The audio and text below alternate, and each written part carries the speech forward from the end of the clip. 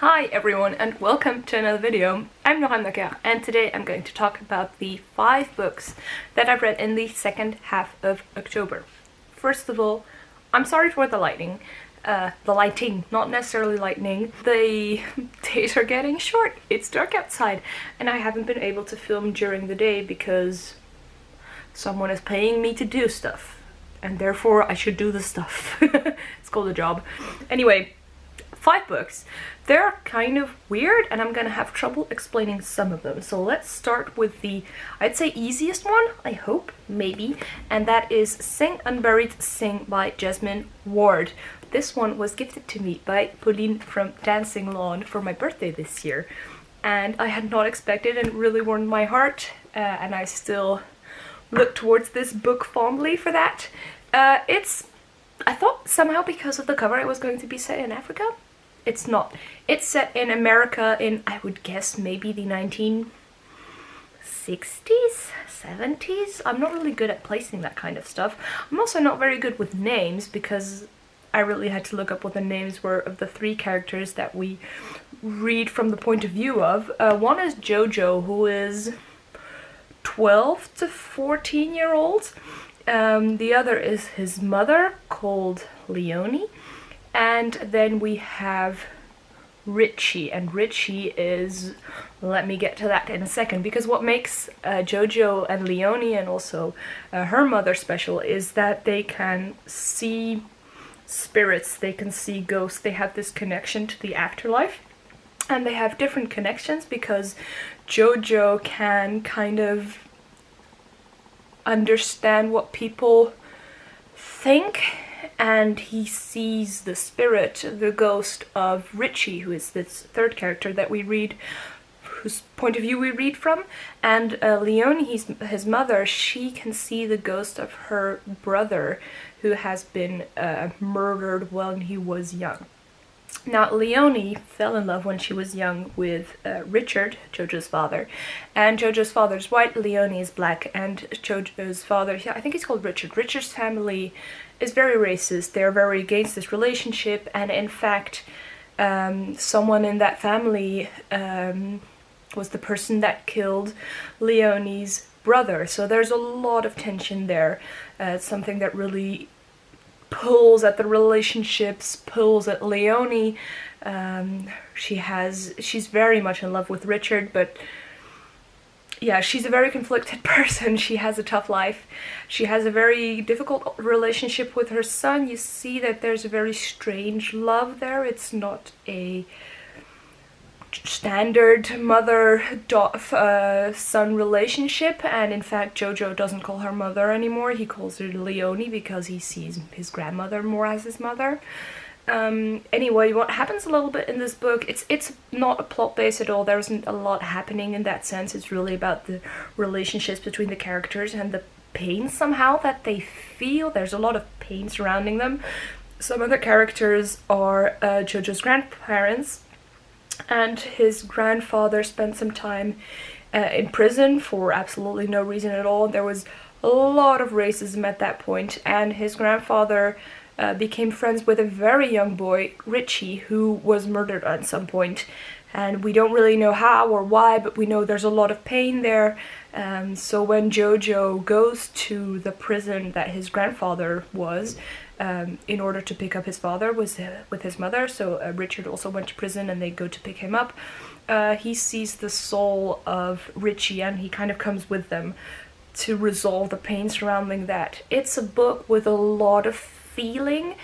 I was listening partially on audio and it was good on audio, but I think somehow it would have been better if I had read the whole thing in print, because it's so emotional. There's so much heaviness. I think it's very well written. I think it's a beautiful book. I don't know if I was in the right mindset to completely enjoy it. I think you have to really take your time with this one, and I was half distracted some of the time, so I think I might have to read this one again at a later point. So that's Sing Unburied, Sing. Then we have, somehow I would say maybe kind of a similar voice, because it's also about pain somewhere. Yeah, also a lot very heavy and emotions and stuff, but very much more plot based. So this is Washington Black by Edugyan. It was popular, I think, when it came out 2 years ago. At least I saw it everywhere in the shops, and my book club was going to read it, but somehow I couldn't make it. It came out in 2018. I couldn't make that evening, so I didn't read the book, and they weren't super enthusiastic about it, so I thought, okay, never mind. But then, not that long ago, Paula said that she had appreciated it, so I figured, Paula likes it from my book, I'm also going to like it. So I decided to pick it up. I thought it was kind of a fast-paced book. It starts as a slave narrative. It's about Washington Black, a young boy. He's 11 and he grows up on a slave plantation in Barbados, I believe. His master is a very cruel man, and you see some of the cruelties that he inflicts upon others. And his master has a brother who's an engineer and who asks at one point to be lent a young light slave because he has a, don't know what they're called, these balloon things that you have a panier, God, a basket underneath that you stay in, those hot water balloons. Why are they called those? Anyway, so he needs a light person to be in him in that baskety thing to help him with measurements. So he gets Washington Black, and they form some kind of bond. The brother of the master is called Titch, and he's not a cruel man. He doesn't set him free or anything because he doesn't have the right to do that. But he does teach him how to read. He does treat him with some kind of respect. At one point, however, something happens and Washington has to flee the island, and Titch kind of takes him with him. And that's where the book kind of shifts. Before that, it was, to me at least, it was kind of a clear slave narrative type of book, but then it shifts and it goes in a completely different direction. And it's more about Washington's life as, it's not even necessarily a runaway slave, but it is someone that has to do with a lot of racism and poverty around him, and then it switches again to someone that is trying to understand his past a little bit more. He goes to a lot of places. He goes to Antarctica, then he spends some time, still when he's young, he spends some time in Canada, I believe, growing up, trying to find his feet, and still with a lot of fear because he's afraid that he's going to be caught by a man that's looking for him. There's a little bit of a love story. Washington can draw very well, but because he is black, he doesn't get recognized for that. So it kind of goes in a different direction, and it felt to me like these were two different books. I didn't feel the continuity between those two different parts. It felt like there were two different ideas. So I was sorry for that. I did like both ideas, but they were just different. I think, the first part more, the slave narrative part. I mean, like is a complicated word in that sense because it's still hard to read. There's still stuff that happens that you're just, you feel this pit in your stomach. But I was liking the idea of Washington getting this alternative life on the plantation, and Titch trying to influence his brother. I like that narrative, and the other one felt a little bit too eccentric at parts. So Paula, we're going to have to talk about this one, and if any of you have also read this book, I'd like to hear your thoughts. I'd like if you like me felt this idea that there were two different books. Then we've got three weird ones. They're getting weirder and weirder. We have got The Story of the Goat by Perumal Murugan. This was originally written in Tamil, and it has been translated from the Tamil by N. Kalyan Raman. Tamil is one of the languages spoken in India. This is exactly what it says on the tin. It is a story about a goat. The goat is called Poonachi. She is the seventh child goat of her mother. And because her original farm owners can't look after her, they decide to gift her to someone, and that farmer and his wife take her in. They love her. She's a very frail little goat, so they have to put a lot of love and effort into making sure that she stays alive and grows up. And you know, there's this unconditional love kind of for this fragile, innocent thing. But then it turns out that because because she herself is the seventh child, when she has baby goats, she also has 7. And that is a very special thing. So it draws up a lot of attention, and you see that that influences how the farmers look at towards her, and how that love changes, and how that changes how they start to treat her. So you can read this book on the first surface level as a story about a goat, and that's entertaining. I mean, I love goats. Who doesn't love goats? I mean, every time I was visualizing these cute little creatures jumping around, maybe they had pajamas in my head. But you can also read it on a deeper level, where you see it as a commentary on some of the culture, some of the social constructs, and how people are treated when they start to have a value and stuff like that. So I liked reading that. I liked to see how this young girl was treated, how she was viewed by men, even though she was a goat. I thought that was well done. It is a fable in that sense, because fables are, you know, human stories but put in animal form for us to look at them. But fables usually have some kind of very clear morale. This one doesn't have a clear morale, at least it was not spelled out. But yeah, I did appreciate this. I think I had expected a little bit more, maybe a little bit more clarity towards morale, and I think because it's a book, maybe it has a little bit more layers. There are more things you can take away from this, and it's contemplative. It isn't condemning of the things that happen in the book necessarily, it just shows them without, you know, pointing at them and saying, bad thing! It's just very descriptive in that sense. So, Story of a Goat. Also, look at this cute little cover. It's a goat. Then we have this one. This is Nikolski by Nicolas Dickner. It's an Quebecan author, so from Canada, from the French-speaking part of Canada, and I've had this on my shelf for 2 years, and it's been on my, really should read this because I've had it for a while, list for a while.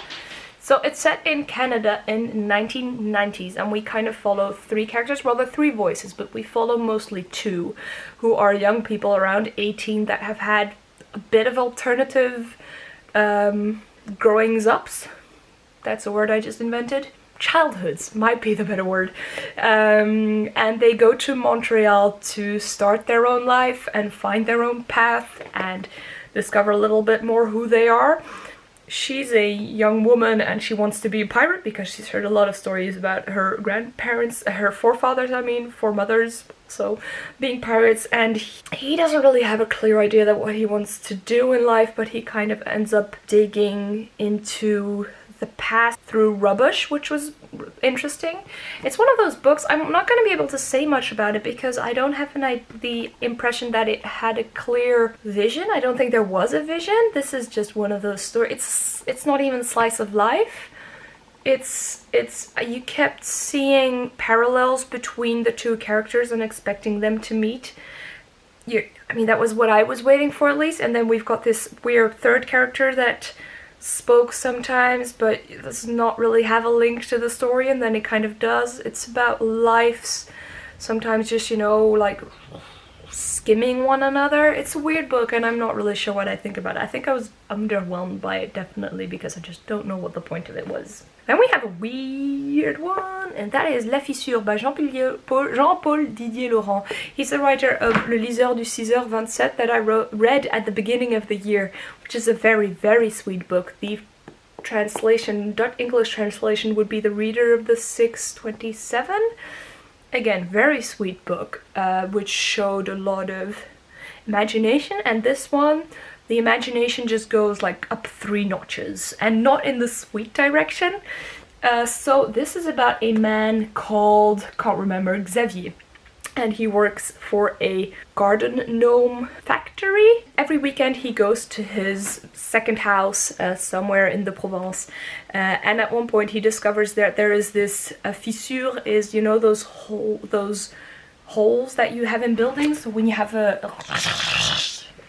one of those, again, very clear descriptions from my part, and that sets him off completely. He's completely disturbed by it. He decides that he needs to fix it, and the same weekend, he discovers that the garden gnome that he has in his garden there, which is a special variety because it has never been painted and it's bigger than other ones, that they can talk.